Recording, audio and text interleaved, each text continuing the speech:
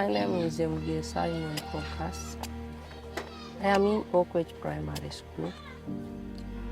I am in primary 7. Oyo mwana yatandika kufuka omusaayi ng'ali mu P3.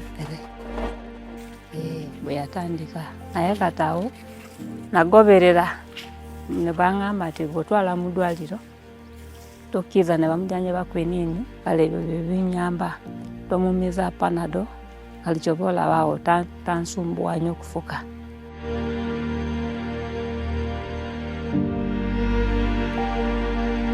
Now I do want to share this one poem that I wrote when I left an orphanage, and the Lord just spoke to me and said, gave me these words.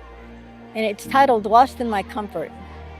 Do I wonder as I live in my own little world in the land of the wealthy and free, where there's hunger and thirst and poverty in this world, and do I think that it doesn't affect me? Can I look in the eyes of a starving child and pretend that I just don't see? Or see a village without water, the most basic of needs, and simply ignore their plea? Lord, forgive my indifference, my selfish ways.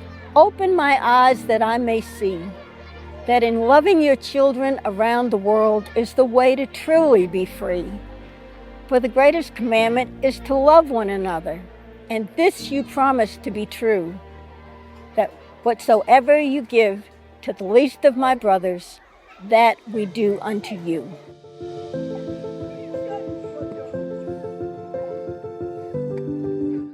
And in 2010, I came to Uganda on a mission trip with North Greenville University. I was a student there in the Master of Christian Ministry program. When I arrived, I was so taken with all the children that were in poverty, such poverty.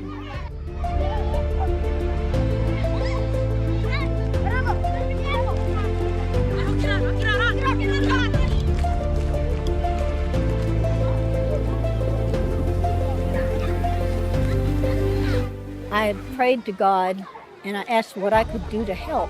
And he said to see Pastor Michael, and Michael could direct me.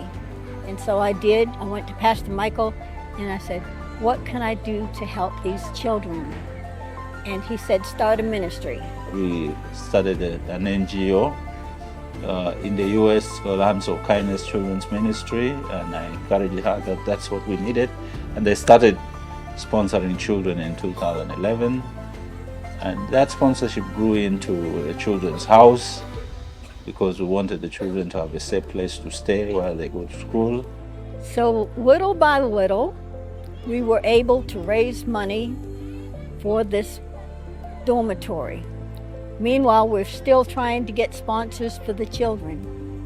It took 5 years to completely raise money for a dormitory, and it is huge. And it houses 112 children.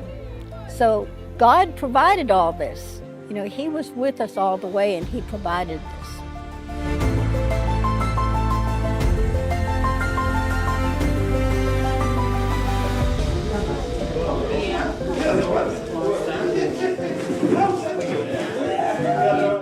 This week, this is probably over 10, 15 years they are returning, and has come with a team of 12 that we have been doing those 4 things. There's been a medical camp in one of the schools that we have adopted, and in that school they're doing it the 3rd time now. We target the children in school, do a health check for the children and make sure that there are treatable diseases, but others that we can refer, we're able to pick up early.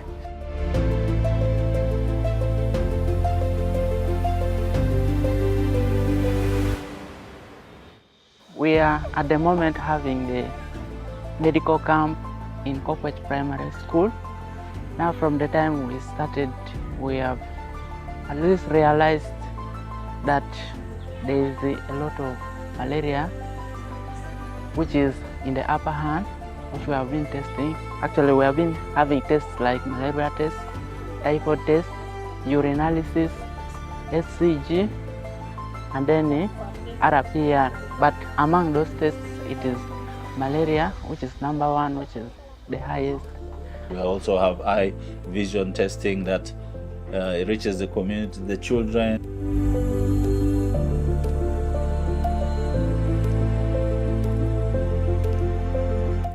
We did a pastor's conference, we did children's ministry, and then evangelization. But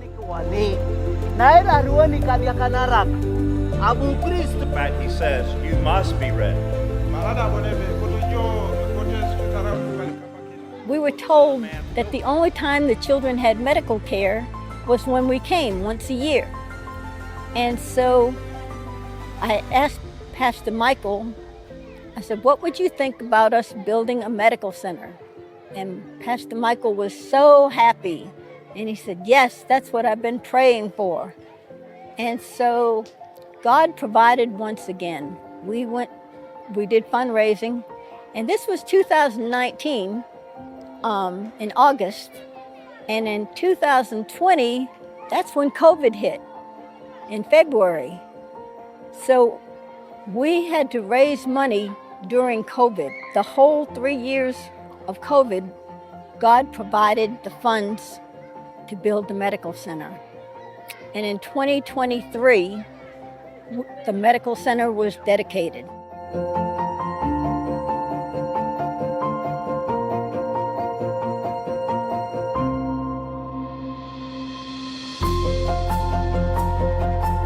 Because my focus is if I can have as many investigative services, the better. So I want the lab to be well equipped with all the gadgets that are needed. And then the other thing is the X-ray. We realize that many people, accidents happen, they want to get an X-ray, but they have to come to Kumi. Then after the X-ray, they come back to the medical center for us to dress them up. And just that journey from the village, Koreng, to Kumi, in itself is a hard time if someone is broken.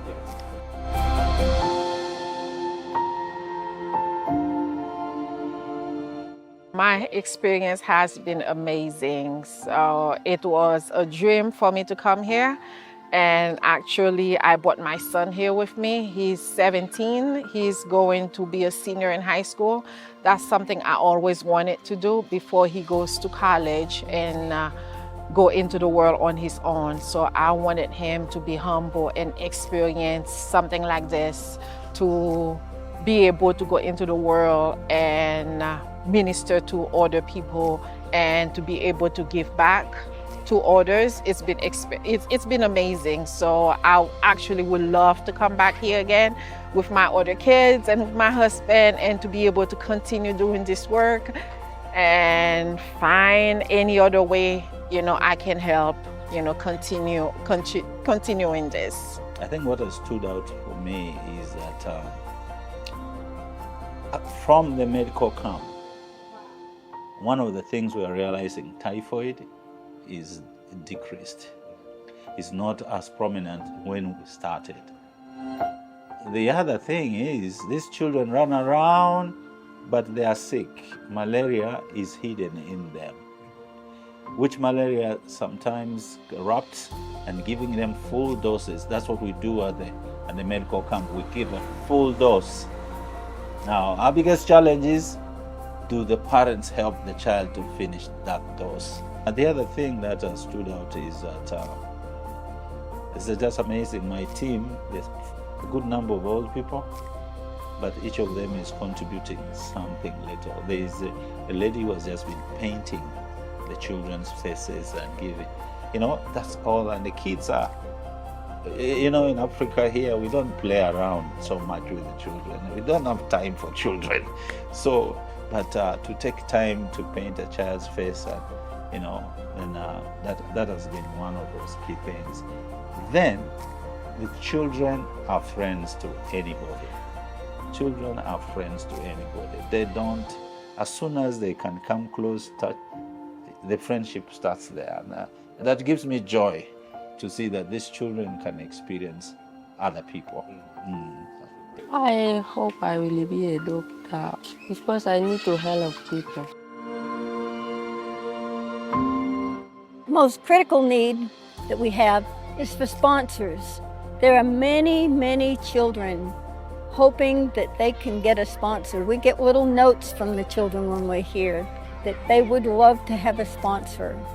So that is the need. If you can find it in your heart to just give $40 a month so that a child can have a Christian education, can live in the home, the orphanage that is just beautiful for them, that would be so grateful. But God said, whatever you do to the least of these, you are doing unto me.